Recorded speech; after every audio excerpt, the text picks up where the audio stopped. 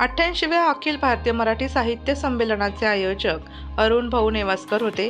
यांनी संत शिरोमणी नामदेव राष्ट्रीय एकात्मतेचा संदेशात्मक कार्याचा सन्मान आणि गौरव करण्यासाठी प्रथमच राज्याबाहेर साहित्य संमेलन आयोजित करून सरहद संस्थेच्या वतीने यशस्वीरित्या पार पाडले. तसेच सलग 3 वर्ष धुमान येथे बहुभाषिक साहित्य संमेलनाचे आयोजन केले. महाराष्ट्राबाहेर अखिल भारतीय मराठी साहित्य संमेलनाचे आयोजन पंजाब धुमान येथे करण्यात आले होते आणि पुन्हा एकदा दिल्लीला मराठी साहित्य संमेलनाचा आयोजन करण्यात आले. यावेळी अरुण भाऊ नेवासकर यांनी अखिल भारतीय मराठी साहित्य संमेलन कार्यक्रमाबद्दल संपूर्ण माहिती दिली. नमस्कार, नाशिक लोकशाही न्यूज मध्ये आपल्या सर्व प्रेक्षकांचे हार्दिक स्वागत. नाशिक शहर नामदेव शिंपी पंचमंडळ अध्यक्ष, महाराष्ट्र राज्य 12 बलुतेदार आणि अलुतेदार महासंघ प्रदेश अध्यक्ष अरुण भाऊ नेवासकर आज आपल्या सोबत आहेत. आज आपण मराठी साहित्य संमेलनाविषयी त्यांच्याकडनं माहिती जाणून घेऊयात.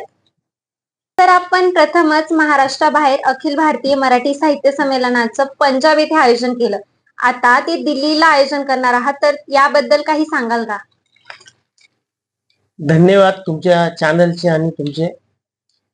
आपल्याला माहिती असेल की 88 अखिल भारतीय मराठी साहित्य संमेलन हे याचं आयोजन आम्ही पंजाब घुमान येथे केलं होतं.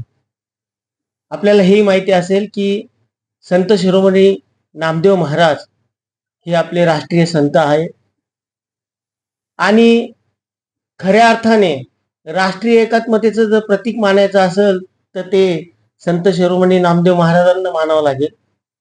कारण 700 वर्षापूर्वी नामदेव महाराजांनी भागवत धर्माचा प्रचार आणि प्रसार करण्याकरता भागवत धर्माची पताका ही देशभर फडकवली.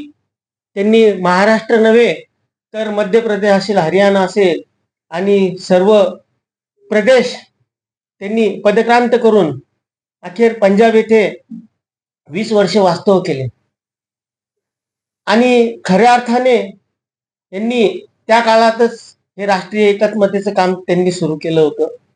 आणि त्याच धर्तीवरती आम्ही मागे महाराष्ट्राबाहेर मराठी भाषेचा इतर भाषांसाठी पुढाकार हे सरहद संस्थेच्या वतीने आम्ही तिथे पंजाबमध्ये घुमान येथे म्हणजे नामदेव महाराजांची जी तिथे समाधी आहे त्या समाधीस्थळी घुमान येथे श्री नामदेव महाराजांचा सन्मान होण्यासाठी गौरव होण्यासाठी असं ठरवलं की सरहद संस्थेने महाराष्ट्राबाहेर पंजाबला आपण हे साहित्य संमेलन घ्यायचं.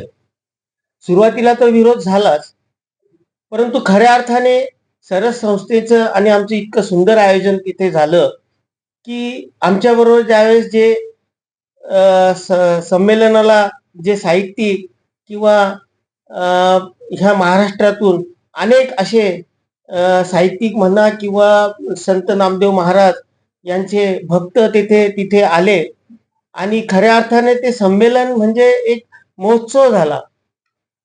पंजाब सरकारचे तेव्हा मुख्यमंत्री होते माननीय प्रकाश सिंग बादल आणि ह्या पंजाब सरकारने तर 3 दिवस राष्ट्रीय सुट्टी तिथे जाहीर केली आणि खूप मोठ्या प्रमाणात तिथे आनंदोत्सव असा साजरा झाला.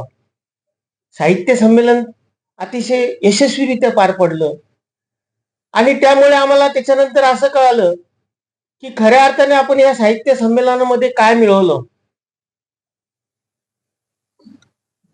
संपूर्ण भारतभरातून तिथे कवी आले होते, साहित्यिक आले होते, त्यांनी तिथे सादरीकरण केलं आणि एक गोष्ट मात्र आमच्या लक्षात आली, हे आपण प्रत्येक वर्षी आपण हे केलं पाहिजे. मग आम्ही ठरवलं की दरवर्षी आपण हे साहित्य संमेलन घ्यायचं. प्रत्येक प्रदेशात आपण तिथे हे साहित्य संमेलन घेऊ. खरं आमची सुद्धा तीच कल्पना होती की भाषा ही प्रमुख आपल्याला शस्त्र आहे आपल्याकडं, जेणेकरून आपण राष्ट्रीय एकात्मतेचं हे पुढे काम करू शकतो.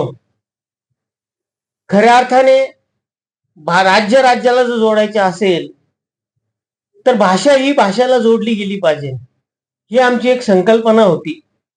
आणि त्याच धर्तीवरती मग आम्ही हे दुसऱ्या वर्षी सुद्धा तिथे बहुभाषीय साहित्य संमेलन घेतलं त्याच्यानंतर त्याच्या पुढच्या वर्षी सुद्धा बहुभाषीय साहित्य संमेलन घेतलं. असे सलग 3 वर्ष आम्ही साहित्य संमेलन घेतलं. त्याच्यानंतर मात्र करोनाच्या लॉकडाऊन मध्ये आमचे 2-3 वर्ष खंड पडलं आणि सरस संस्थेने आता पुन्हा एकदा जाहीर केलेलं आहे की आता पुढचं साहित्य संमेलन अखिल भारतीय मराठी साहित्य संमेलन हे दिल्लीला घ्यायचं आहे.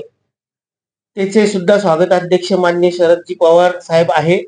त्याच्यानंतर त्या साहित्य संमेलनाचं उद्घाटन आपल्या देशाचे पंतप्रधान माननीय मोदी साहेब यांच्या हस्ते होणार आहे. श्री नितीनजी गडकरी साहेब सुद्धा तिथे उपस्थित राहणार आहे. आपले महाराष्ट्राचे मुख्यमंत्री सुद्धा तिथे उपस्थित राहणार आहे. अशा पद्धतीने हे सुद्धा साहित्य संमेलन जे 21, 22, 23 फेब्रुवारी रोजी आहे त्याचं सुद्धा सरस संस्थेच्या वतीने अतिशय यशस्वीरित्या आयोजन केलं जाणार आहे. आणि मी सर्व साहित्यिकांना आवाहन करतो की महाराष्ट्रातून आणि आपल्या ह्या नाशिक जिल्ह्यातून जास्तीत जास्त साहित्यिकांनी आणि साहित्यप्रेमींनी दिल्ली येथे सुद्धा यावे आणि होणारं पुढचं साहित्य संमेलन सुद्धा यशस्वीरित्या पार पाडावं आणि आमचा जो उद्देश आहे हा सुद्धा यशस्वी व्हावा ही आमची मनापासून इच्छा आहे. मराठी साहित्य संमेलन दिल्ली येथे होणारे जसं तुम्ही सांगितलं, तर ते तुमचं नियोजन आणि आयोजन खरंच नागरिकांसाठी किंवा एका कवीसाठी साहित्य लेखनासाठी खरंच महत्वपूर्ण ठरेल किंवा त्यांना एक दिशा मिळेल, एक चालना मिळेल. त्याबद्दल मी तुमचे धन्यवाद करते. नाशिक लोकशाही न्यूजला माहिती दिल्याबद्दल सर मी तुमचे मनापासून आभार मानते.